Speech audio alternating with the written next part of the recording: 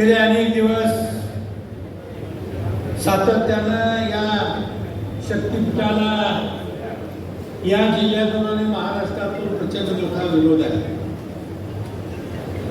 या जिल्ह्यातून हा रस्ता होणार नाही म्हणून राज्यकर्त्यांनी एकेकाळी घोषणा केली, पण दुर्दैवानं या जिल्ह्यातूनच हा रस्ता आणि पुन्हा सुरू होतोय का काय अशी भीती वाटायला लागली आहे। असं आहे की आम्ही असा एखादा मेळावा घेतला आणि सरकारनं भीती घेतली असं होणार नाही।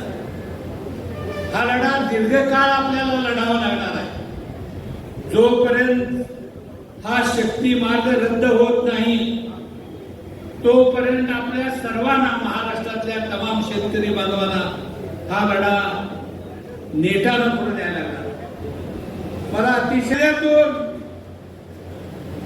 हा रस्ता जाता कामा नये, नव्हे तर महाराष्ट्रातनं हा नवीन नागपूर तो गोवा रस्ता कुठूनही जाता कामा नये यासाठीची भूमिका कोल्हापूरकरांनी पुढाकार घेऊन करावी।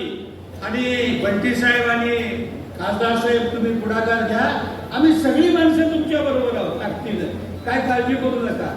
आमचा पक्ष अजितदादा गड जरी असला तरी 100% या प्रश्नावर आम्ही तुमच्या बरोबर आहोत असा शब्द या निमित्तानं देतो।